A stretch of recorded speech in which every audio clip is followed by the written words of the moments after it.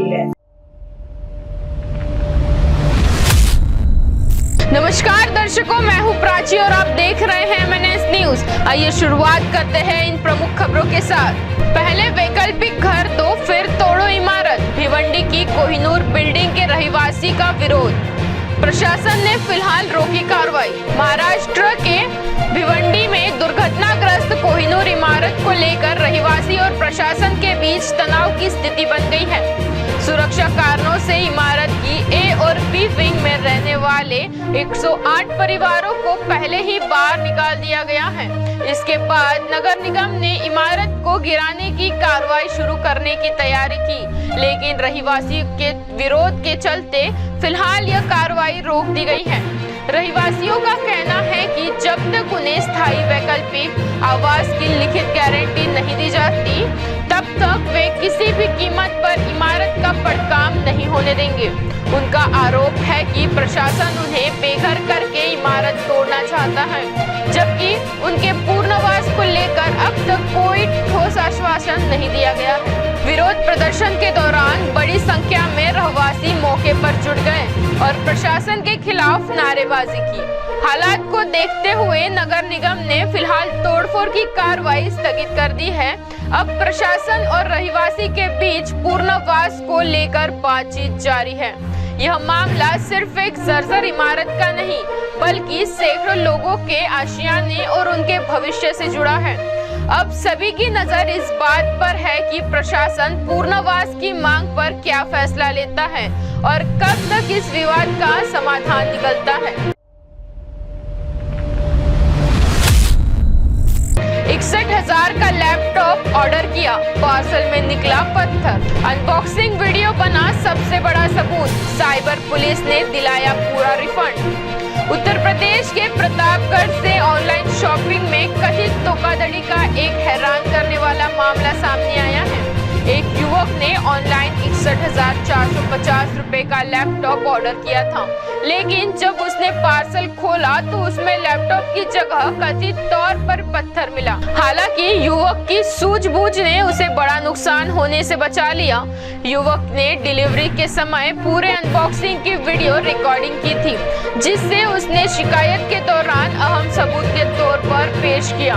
Video के आधार पर cyber police ने मामले की कार्रवाई की, जिसके बाद युवक को उसकी पूरी राशि वापस मिल गई। यह मामला ऑनलाइन खरीदारी करने वाले लोगों के लिए भी एक बड़ी सीख है। महंगे सामान की डिलीवरी लेते समय अनबॉक्सिंग का वीडियो रिकॉर्ड करना भविष्य में किसी भी विवाद की स्थिति में महत्वपूर्ण सबूत साबित हो सकता है। पुणे में आर्थिक तंगी से टूटा परिवार, पिता की मौत, पत्नी और बेटी ICU में, सुसाइड नोट से छलका दर। महाराष्ट्र के पुणे से दिल दहला देने वाली घटना सामने आई है। पिंपरी चिंचवड के मोरवाड़ी इलाके में आर्थिक तंगी से परेशान एक परिवार की कथित आत्महत्या के प्रयास में 50 वर्षीय परिवार प्रमुख की मौत हो गई, जबकि उनकी पत्नी और 19 वर्षीय बेटी की हालत गंभीर बनी हुई है और दोनों का अस्पताल में ICU में इलाज चल रहा है। पुलिस के अनुसार घर की तलाशी के दौरान एक सुसाइड नोट मिला, जिसमें आर्थिक संकट और बढ़ते कर्ज का जिक्र किया गया है।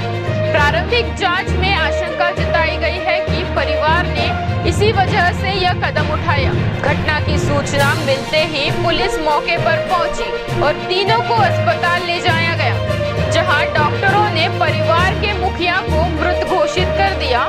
फिलहाल पुलिस पूरे मामले की जांच कर रही है और सुसाइड नोट सहित अन्य साक्ष्यों के आधार पर घटना के सभी पहलुओं की पड़ताल की जा रही है। यह घटना एक बार फिर आर्थिक संकट के गंभीर सामाजिक प्रभावों की ओर ध्यान दिलाती है। रेलवे के 5 बड़े अफसरों पर बड़ी कार्रवाई, खराब प्रदर्शन और लापरवाही पर जबरन VRS। रेलवे में जवाबदेही और अनुशासन को लेकर केंद्र सरकार ने बड़ा संदेश दिया है। रेल मंत्री अश्विनी वैष्णव के निर्देश पर भारतीय रेलवे ने खराब प्रदर्शन और लापरवाही के आरोप में 5 वरिष्ठ अधिकारियों को समय से पहले जबरन सेवानिवृत्ति यानी वीआरएस दे दिया है। यह कार्रवाई भारतीय रेलवे स्थापना संहिता के नियम 1802A के तहत की गई है, जो सरकार को जनहित में अधिकारियों को समय से पहले रिटायर करने का अधिकार देता है। रेलवे बोर्ड और रेल मंत्रालय की समीक्षा समितियों ने संबंधित अधिकारी के सेवा रिकॉर्ड का विस्तृत मूल्यांकन किया है।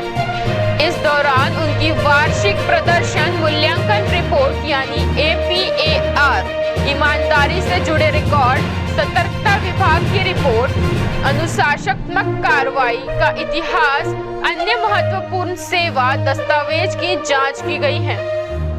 समीक्षा के बाद समितियों ने सर्वसम्मति से 5 समूह ए अधिकारियों को सार्वजनिक हित में समय से पहले सेवानिवृत्ति करने की सिफारिश की, जिससे मंजूरी दे दी गई।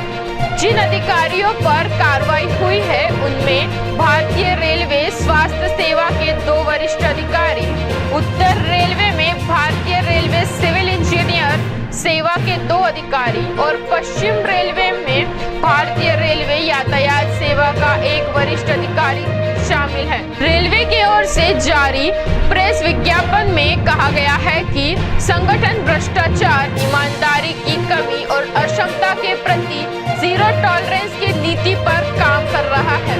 सार्वजनिक सेवा में अनुशासन, जवाबदेही और ईमानदारी से कोई समझौता नहीं किया जाएगा। रेलवे ने अपने सभी अधिकारियों और कर्मचारियों को स्पष्ट संदेश दिया है कि जो लोग सेवा के निर्धारित मानकों को पूरा नहीं करेंगे उनके खिलाफ सख्त कार्रवाई की जाएगी। गौरतलब है कि इससे पहले इस साल मार्च महीने में भी 6 वरिष्ठ अधिकारियों को इसी तरह समय से पहले जबरन वीआरएस दिया गया। लगातार दूसरी बार हुई इस कार्रवाई से साफ है कि रेलवे प्रशासन अब खराब प्रदर्शन और लापरवाही को किसी भी स्तर पर बर्दाश्त करने के मूड में नहीं है। नागपुर में लुटेरी दुल्हन गैंग का भांडाफोड़, शादी से पहले दूल्हे से लाखों की ठगी की साजिश नाकाम। महाराष्ट्र के नागपुर में शादी के नाम पर ठगी करने वाले एक कथित गिरोह का पर्दाफाश हुआ है। आरोप है कि गुजरात से आए युवक को शादी का झांसा देकर नागपुर बुलाया गया, जहां उसकी मुलाकात कोमल और नम्रता नाम की महिलाओं से कराई गई और जल्दबाजी में मंदिर में शादी कराने की तैयारी शुरू कर दी। इस दौरान कथित तौर पर शादी के खर्च और रस्मों के नाम पर युवक से 70,000 रुपए नगद और सोना चांदी के गहने ले लिए गए, लेकिन मंदिर में फेरे होने से पहले ही कहानी पलट गई। एक व्यक्ति वहां पहुंचा और दावा किया कि जिस युवती से शादी कराई जा रही है वह पहले से ही शादीशुदा है।